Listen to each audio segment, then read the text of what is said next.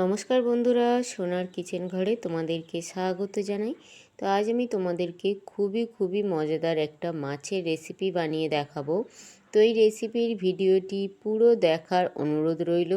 আর রেসিপিটি যদি ভালো লাগে কমেন্ট করো, লাইক শেয়ার সাবস্ক্রাইব করে আমার পাশে থেকো। যারা আমার চ্যানেলটিকে এখনও পর্যন্ত সাবস্ক্রাইব করেছো তাদেরকে অসংখ্য ধন্যবাদ।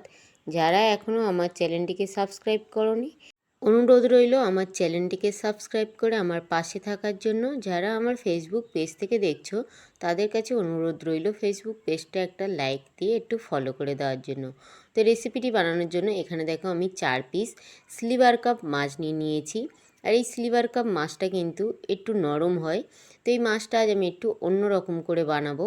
তো এখানে দেখো মাছটা আমি ধুয়ে খুব ভালো করে পরিষ্কার করে নিয়েছি। নামার পরে এই মাছের মধ্যে আমি একটু নুন দিয়ে দিলাম, একটু আমি হলুদ গুঁড়ো দিয়ে দিলাম, একটু আমি ঝাল লঙ্কার গুঁড়ো দিয়ে দিলাম। ঝাল লঙ্কার গুঁড়ো, হলুদ, নুন দিয়ে খুব ভালো করে মাছটা আমি মাখিয়ে নেব। সিলভার কাপ মাছটা কিন্তু নরম থাকার জন্য অনেকে কিন্তু খেতে পছন্দ করে না। তবে আজকের আমি যেভাবে বানাবো এইভাবে যদি একবার হলেও বানাও, দেখবে সবাই কিন্তু খুবই পছন্দ করবে। এবারে দেখো এই মাছটার মধ্যে নুন হলুদ খুব ভালো করে মাখানো হয়ে গেছে। এবার আমি গ্যাসের মধ্যে একটা কড়াই বসিয়ে দিলাম। কড়াইতে আমি সামান্য পরিমাণে একটু সাদা তেল দিয়ে দিলাম। সাদা তেলটা দিয়ে আমি মাছগুলো দিয়ে দিলাম। আমি যে 4 পিস মাছটা নিয়েছি পুরো মাছটা আমি কড়াইয়ের মধ্যে দিয়ে দিলাম।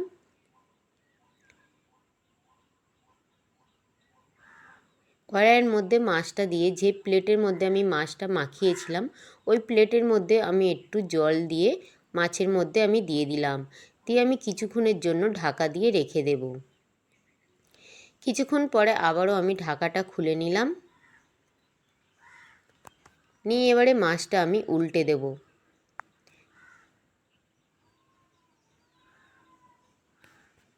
একটা দিক সিদ্ধ হয়ে গেছে, তো আর একটা দিক আমি এইভাবে উল্টে দেব।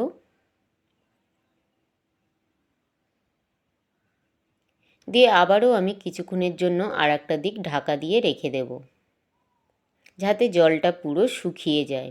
তো আবারও দেখো আমি কিছুক্ষণ পরে ফিরত এসেছি। আর এখানে দেখো জলটা কিন্তু পুরোটা শুকিয়ে গেছে। আর মাছটাও কিন্তু পুরোটা খুব ভালোভাবে সিদ্ধ হয়ে গেছে।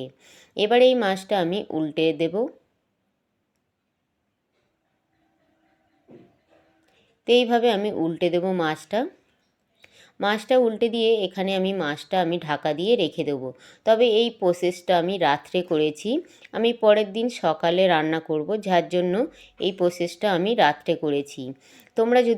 তোমরা যদি রাত্রে রান্না করো মাছ, তাহলে কিন্তু তোমরা সকালে এইভাবে করে রেখে দিতে পারো।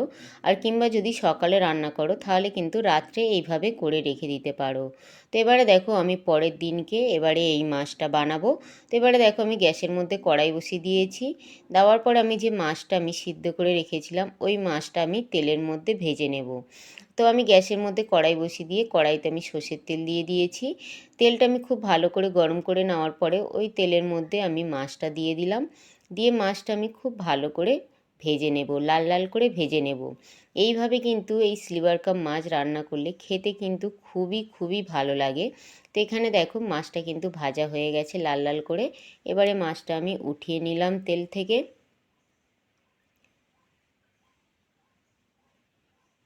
তো এখানে দেখো মাছটা খুব ভালোভাবে ভাজা হয়ে গেছে, মাছটা উঠিয়ে নিলাম। বাকি যে 2 পিস মাছ ছিল একইভাবে আমি মাছ দুটো ভেজে নেব। তো মাছ দুটো যতক্ষণে ভাজা হয় ততক্ষণে এই মাছের জন্য আমি একটা মশলা বানাবো। তার জন্য দেখো আমি একটা মিক্সিং জার নিয়েছি। ওই মিক্সিং জারের মধ্যে একটা পেঁয়াজ আমি 2 টুকরো করে দিয়ে দিলাম, একটা টমেটো দিয়ে দিলাম, আর একটু আমি আদা রসুন বাটাটা দিয়ে দিলাম। যেহেতু আমার কাছে গোটাটা ছিল না, বাটাটা ছিল, যার জন্য আমি বাটাটা দিয়ে দিলাম। দিয়ে খুব ভালো করে একটা মিহি পেস্ট তৈরি করে নেব। এদিকে দেখো মাছটা আমার ভাজা হয়ে গেছে। মাছ ভাজা তেলের মধ্যে আমি একটু গোটা জিরে দিয়ে দিলাম, আর একটা আমি তেজপাতা দিয়ে দিলাম, আর একটু আমি গোটা গরম মশলা দিয়ে দিলাম। দিয়ে এবার এই গোটা মশলাগুলো আমি খুব ভালো করে ভেজে নেব। ততক্ষণ ভাজবো যতক্ষণ না এই মশলা থেকে সুন্দর একটা গন্ধ আসে। তো মশলাটা দেখো ভাজা হয়ে গেছে। মশলাটা ভাজা হয়ে যাওয়ার পরে ওই মশলার মধ্যে আমি একটু পেঁয়াজ কেটে রেখেছিলাম লম্বা লম্বা করে, ওই কাটা পেঁয়াজটা আমি দিয়ে দিলাম। দিয়ে পেঁয়াজটা আমি একটু লাল লাল করে ভেজে নেব। তো এখানে দেখো পেঁয়াজটা কিন্তু লাল লাল করে ভাজা হয়ে গেছে। পেঁয়াজটা ভাজা হয়ে যাওয়ার পরে আমি যে টমেটো, পেঁয়াজ, আদা রসুন পেস্ট বানিয়েছিলাম, ওই টমেটো, আদা রসুন আর পেঁয়াজের পেস্টটা আমি দিয়ে দিলাম। দিয়ে এবারে খুব ভালো করে মশলাটা আমি কষিয়ে নেব। কষিয়ে কষিয়ে খুব ভালো করে আমি ভেজে নেব, যাতে আদা রসুন পেঁয়াজের কাঁচা গন্ধটা না আসে। সেইভাবে কিন্তু খুব ভালো করে মশলাটা আমি কষিয়ে নেব। তো এখানে দেখো মশলাটা কিন্তু অনেকটা কষানো হয়ে এসছে। এবারে এই মশলার মধ্যে আমি স্বাদ অনুযায়ী নুন দিয়ে দিলাম, একটু আমি হলুদের গুঁড়ো দিয়ে দিলাম, একটু আমি ঝাল লঙ্কার গুঁড়ো দিয়ে দিলাম। ঝালটা তোমরা যে যেমন খাও সেই অনুযায়ী কম বেশি করে তোমরা দিতে পারো, কিংবা তোমরা এখানে গুঁড়ো লঙ্কার জায়গায় কাঁচা লঙ্কাও দিতে পারো। তারপর আমি একটু ধনের গুঁড়ো আর একটু জিরের গুঁড়ো দিয়ে দিলাম। দিয়ে অল্প পরিমাণে একটু জল দিয়ে আমি মশলাটা খুব ভালো করে কষিয়ে নেব, যাতে হলুদের কাঁচা গন্ধটা না আসে। তো এখানে দেখো জল দিয়ে আমি খুব ভালো করে মশলাটা কষিয়ে নিয়েছি। আর এখানে কিন্তু মশলা দিয়ে খুব ভালোভাবে কিন্তু তেল ছেড়ে দিয়েছে। এখানে দেখো মশলাটা কিন্তু খুব ভালোভাবে কষানো হয়ে গেছে, আর বেশিক্ষণ কষানোর প্রয়োজন নেই। তো আবারও আমি একটু নাড়াচাড়া করে দিলাম মশলাটা। মশলাটা নাড়াচাড়া করে নেওয়ার পরে এবারে এই মশলার মধ্যে আমি পরিমাণ মতন ঝোলের জন্য জল দিয়ে দেবো। ঝোলের জন্য জলটা দিয়ে জলটা আমি খুব ভালো করে মশলাটার সঙ্গে মিশিয়ে দেবো। আর এখানে দেখো আমার খুব ভালোভাবে জল দিয়ে জলটা আমার খুব ভালোভাবে মশলার সঙ্গে মেশানো হয়ে গেছে। এবারে আমি ঝোলটাকে খুব ভালো করে ফুটতে দেবো। তো এখানে দেখো ঝোলটা খুব ভালোভাবে ফোটা হয়ে গেছে। এবারে এই ফুটন্ত ঝোলের মধ্যে আমি যে মাছগুলো ভেজে রেখেছিলাম, আমি ওই ভাজা মাছগুলো দিয়ে দেব। ভাজা মাছগুলো দিয়ে আবারও আমি 3 মিনিট খুব ভালো করে ফুটিয়ে নেব। তো এখানে দেখো মাছগুলো দিয়ে দিয়েছি, দিয়ে আমি খুব ভালো করে ফুটিয়ে নেব।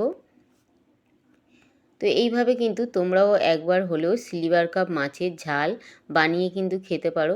যারা কিন্তু পছন্দ করে না তারাও কিন্তু খুব ভালোভাবে খাবে এই মাছের ঝালটা। তো এখানে দেখো আমার কিন্তু মাছের ঝালটা খুব ভালোভাবে কিন্তু ফুটে গেছে। এবারে নামানোর আগে আমি একটু ধনেপাতা কুচি দিয়ে দিলাম। ধনেপাতা কুচিটা দিয়ে আমি একটু নাড়াচাড়া করে দিলাম।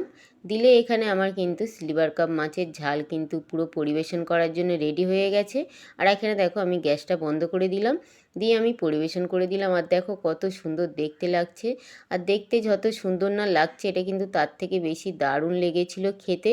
গরম গরম ভাতের সঙ্গে কিন্তু অসাধারণ লাগে খেতে। তো একবার হলেও কিন্তু তোমরা এরকমভাবে বানিয়ে খেতে পারো। আশা করি ছোট থেকে বড় সবাই কিন্তু ভীষণ ভীষণ ভালো লাগবে।